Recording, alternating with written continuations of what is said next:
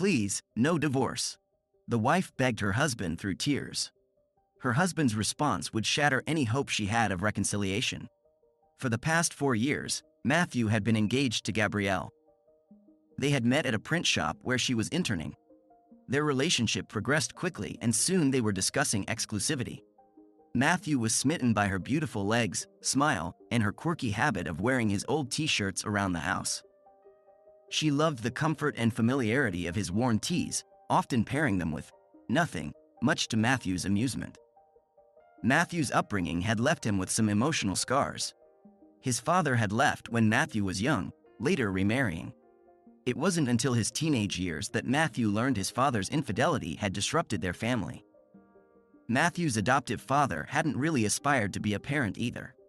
As a result, Matthew harbored ill feelings toward his biological father, who had stopped visiting shortly after moving away. Growing up feeling unwanted had deeply affected Matthew. He was determined not to repeat his father's mistakes and made his feelings about loyalty very clear to Gabrielle early on. Though Gabrielle couldn't relate to Matthew's difficult upbringing, she agreed that fidelity was an absolute must in their relationship. Gabrielle was an only child and could be quite stubborn at times. Matthew felt they balanced each other well. He would keep her in check if she ever became too self-centered. Their life together had been solid from the start, though Matthew found their lavish wedding a bit over the top. One of the couple's favorite activities was attending musicals at the local performing arts theater. They had season tickets and made a romantic evening of it, with dinner before the show and drinks and dancing after. Matthew also enjoyed watching college sports, though professional sports didn't appeal to him as much. Matthew was a professional architect specializing in urban planning. After earning his master's degree and passing the architectural licensing exam, he had become certified by the state board. Though it sounded impressive, Matthew joked that his job essentially involved designing spaces for people to live in and figuring out where to put their stuff. Gabrielle worked at the law firm of Simpson and Haggerty. Mrs. Nancy Simpson, one of the partners, expected her female employees to be prim, proper, and morally upstanding. As a result, Gabrielle always dressed conservatively in pantsuits for work. This didn't bother Matthew at all. In fact, he preferred that other men weren't ogling Gabrielle's legs. One day, Gabrielle informed Matthew that one of her closest high school friends was getting married. The wedding was to be held in Cancun, with the bride's wealthy family providing airfare and lodging for the wedding party. Most guests were planning to stay the full week, but Gabrielle had an important trial on Monday, so they would only be there until Sunday morning. Early Thursday morning, Matthew and Gabrielle headed to the airport for their flight to Cancun. During their layover, Matthew noticed Gabrielle reviewing some documents for her upcoming trial. He gently chided her, wondering if she'd be able to relax on the trip. Gabrielle assured him she would make time for both work and fun. After arriving at the resort and checking in, Matthew and Gabrielle headed to the restaurant to take advantage of the all-inclusive amenities. While Gabrielle was in the restroom, the resort manager introduced himself to Matthew. "Good afternoon, Señor. My name is Julio. I am the manager. If you need anything, feel free to ask," the man said warmly. Wanting to ease his mind about the security of Gabrielle's work documents, Matthew inquired about the room safes. Julio assured him the resort had top-notch security, with cameras throughout the property and detailed records of all room access. He even offered to provide Matthew with daily printouts of their room's activity log. That evening, there was a meet-and-greet event for the wedding guests. Matthew hardly knew anyone there besides Gabrielle. After dinner, the DJ started taking requests and people began dancing. Matthew and Gabrielle shared a few dances before he reached his limit. As they returned to their seats, a man approached and asked Gabrielle to dance. She agreed, but only to the fast songs. Matthew watched as she danced with the stranger before returning for a drink. Soon after, another man asked Gabrielle to dance. Without even glancing at Matthew, she accepted. Distracted by a conversation about golf, Matthew didn't immediately notice when Gabrielle disappeared from view. He went up to the second-floor balcony to look for her and spotted her in one of the side dance areas, showing off for her partner during a fast song. Just as Matthew was about to head back downstairs, the music changed to a slow song. He paused, watching as Gabrielle initially pulled away from her dance partner. But when she didn't see Matthew at their table, she allowed the man to pull her close as they swayed to the music. Anger and hurt welled up inside Matthew as he stormed over to confront Gabrielle. "What the hell happened to no slow dancing?" he demanded. Gabrielle's eyes went wide. "I forgot," she stammered. "I'm sorry." Matthew turned on his heel and headed for the elevator, calling over his shoulder, "If you're not back in the room 10 seconds after me, I'm destroying your court files." Gabrielle hurried to gather her things, barely making it into the elevator before the doors closed. Once in their room, she tried to apologize again, claiming she must have had too much to drink. But Matthew wasn't buying it. "Bullshit," he said coldly. "Get out of my sight." He slept on the couch that night, seething with anger and betrayal. The next morning, Matthew and Gabrielle barely spoke as they had breakfast. Matthew informed her he was going golfing with some of the other guests. Gabrielle said she planned to go shopping. Before parting ways, Matthew reminded her they needed to be back by 4 p.m. to help set up for the rehearsal dinner. While out on the golf course, Matthew's playing partner Tom called his wife to check in on her shopping trip. Hearing this, Matthew decided to give Gabrielle a call. When she didn't answer, he left a message. A short while later, Gabrielle called back. "Hey babe, how's the shopping going?" Matthew asked casually. "We just got back," Gabrielle replied. "I see you called." "Yeah, we got held up on the course, so I thought I'd see how things were going," Matthew explained. "Guess I didn't hear you call. You know how noisy those malls can be." "Our cab just dropped us off," Gabrielle said. "Will you be back soon?"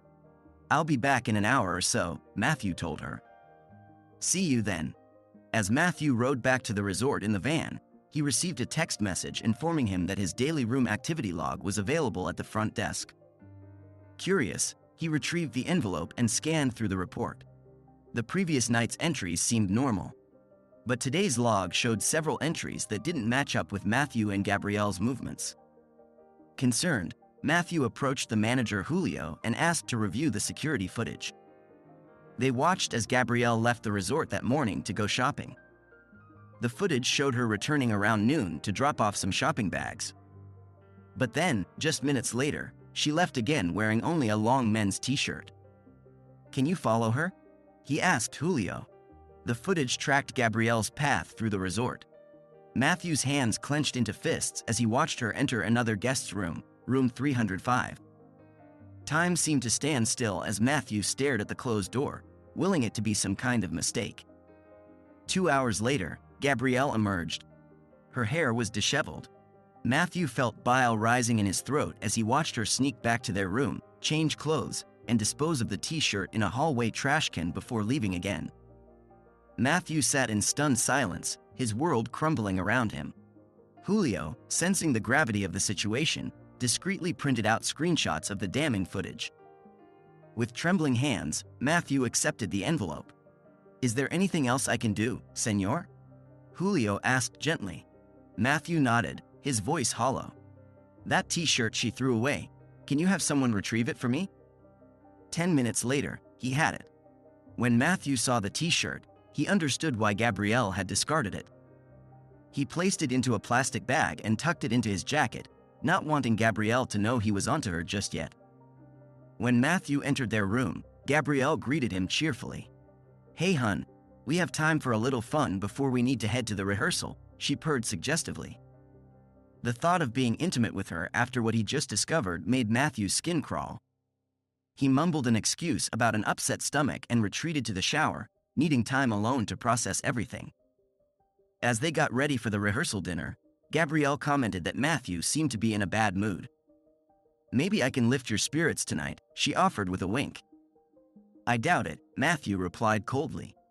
Gabrielle looked taken aback but didn't press the issue further. Throughout the rehearsal dinner, Matthew seethed silently.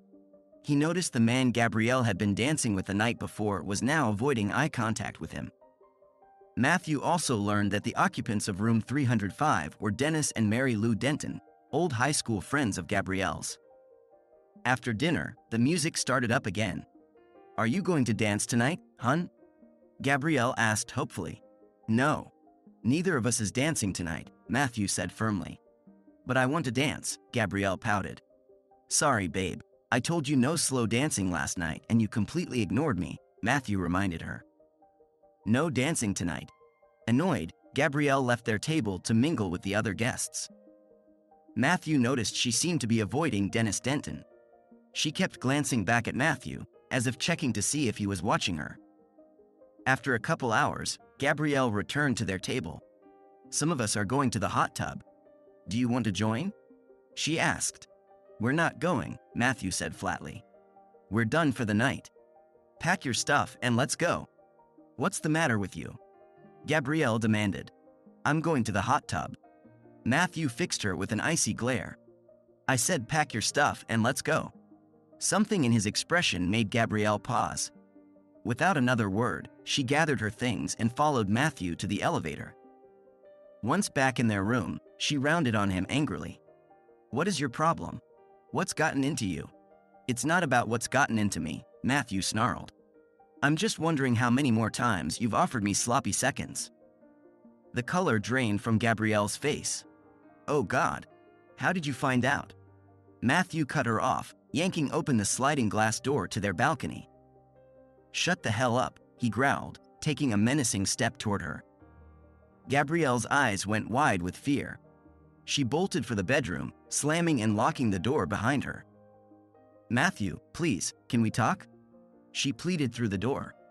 You'll behave normally during the wedding, but it's over between us, Matthew said coldly. Don't say that, Gabrielle sobbed. I love you. Matthew slammed his palm against the door, making Gabrielle yelp. Shut up, slut. We're done. He listened to her muffled crying for a few moments before quietly slipping out of the room. Matthew headed down to the business center to make copies of the incriminating photos Julio had given him. He also changed his return flight to a red-eye leaving at midnight. The atmosphere was unbearably tense the next morning as Matthew and Gabrielle got ready for the wedding. Matthew refused to let Gabrielle out of his sight. Around noon, she started getting ready with the other bridesmaids. Matthew noticed several of the women trying to cheer up a visibly upset Gabrielle. Throughout the ceremony and reception, Matthew maintained a stony silence. When Gabrielle tentatively asked if they would dance that evening, he replied sarcastically, yeah, all the way to the fall. But if I see shit like Thursday night, your room key might not work. That's okay, Gabrielle said quickly. I only want to dance with you. They didn't dance. Matthew could tell Gabrielle desperately wanted to talk, but he refused to give her the chance. Each time he got her a drink, he slipped a sleeping pill into it. By the time the bride and groom said their goodbyes, Gabrielle was barely conscious. I don't feel so good, she slurred. Can we go back to the room? Once Gabrielle passed out, Matthew packed his things. He took her passport, driver's license, credit cards, and work documents. He left a set of the damning photos in her suitcase with a note saying he'd already gone home. Matthew also prepared a package for Mary Lou Denton containing the photos and the t-shirt Gabrielle had worn. He included a note explaining what he discovered about Mary Lou's husband, Dennis, and Gabrielle. As Matthew waited for his taxi to the airport, he spotted Dennis still partying with the wedding guests. He approached the man, handing him the package for Mary Lou. Dennis, I hope you have the most painful divorce the world has ever seen, Matthew said coldly. You'll be looking over your shoulder for a long time. Who knows when, but you haven't seen the last of me. Fear flashed in Dennis' eyes, but Matthew didn't stick around.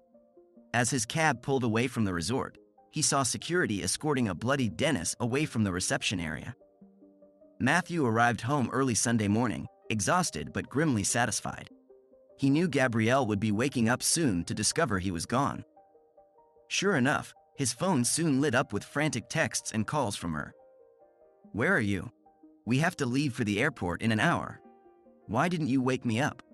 Gabrielle's panicked voice filled Matthew's voicemail. He allowed himself a small smile as he texted back, I'm already home. Your passport, license, credit cards, and court files are on the kitchen table. I won't be here when you get home. Gabrielle's next message dripped with venom. You freak. I'm stuck here.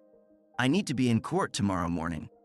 Unable to resist twisting the knife, Matthew replied, very sorry. You weren't part of my plans. Can you get over it? Oh wait, of course you can. You were all over the place Friday at noon.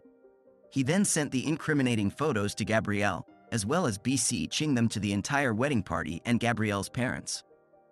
Her next voicemail was barely coherent through her sobs. I can't get help with my passport until tomorrow, Gabrielle choked out. Oh God, she's going to fire me. Please help me. Do something. Matthew deleted the pathetic message without responding. A few hours later, he received another text from Gabrielle. She suspended me without pay for a month. She didn't say anything about the photos. Lost your husband, derailed your career, lost the respect of your friends and family, Matthew fired back. All for the sake of some quick fun. What a shame. When you said you were going to let your hair down, I had no idea. You must have shown me. Please, Matthew. No divorce, Gabrielle begged. When can we talk? Her pleas only fueled Matthew's anger. It's easy to declare your love after shitting in your own bed, he sneered. I'm turning my phone off. If you can be here in 15 minutes, I'll listen to what you have to say. True to his word, Matthew switched off his phone. He knew Gabrielle had no way of getting there that quickly. He had no intention of hearing her excuses or giving her another chance. The next day, Matthew began looking for a new place to stay. He found a bed and breakfast near his work that had an 18-day opening starting immediately. The owner, Denise, seemed a bit reserved, but Matthew liked the place. It had a hot tub and garage parking. As Matthew settled into his temporary home, he learned more about Denise. She was a widow approaching 50, with 2 adult daughters. One lived far away, while the other, Alice, lived nearby with her young daughter. Matthew found himself opening up to Denise about his situation with Gabrielle. Though he hadn't expected answers, just having someone listen was therapeutic. Denise became a sort of counselor to him as he worked through his anger and pain. A few days later, Matthew met with a divorce attorney to start proceedings against Gabrielle. The lawyer filed the paperwork quickly, aiming to serve Gabrielle that Thursday. Matthew also began shuffling money around, protecting his assets. Gabrielle continued leaving desperate voicemails and texts. Matthew mostly ignored them, but eventually agreed to meet her for a drink on Thursday night. When they met, Gabrielle immediately launched into her pleas. Matthew, I don't want a divorce, she said, her voice trembling. There has to be some way for you to forgive me. What do I need to do? Gabrielle, for the past 3 months I've been adamant, Matthew said firmly. We're not getting back together. But I want you, Gabrielle pleaded, her eyes brimming with tears. At that moment, Alice, who had been sitting nearby, decided to intervene. There are hundreds of women in this town who want someone like Matthew, she said, addressing Gabrielle directly.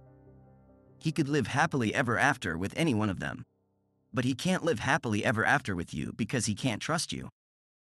Alice continued, her voice filled with empathy but also conviction. You say you love him, but how can you torture this man by making him doubt what you really do and why?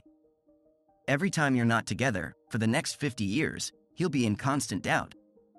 That's no way to live. Gabrielle's face crumpled at Alice's words. Matthew nodded in agreement. You need someone to talk to? He said gently. You won't listen to me, but everything she says is true. I loved you more than I can describe, but it wasn't enough for you. I don't want to live a life where my stomach cramps when I don't know what you're doing. Defeated, Gabrielle headed for the door. As she stood on the porch, she turned back one last time. I love you, Matthew, she said softly. Then, remembering something, Matthew pulled out an unopened envelope. Here, take this.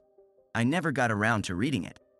It was the letter Gabrielle had written him months ago, trying to explain her actions.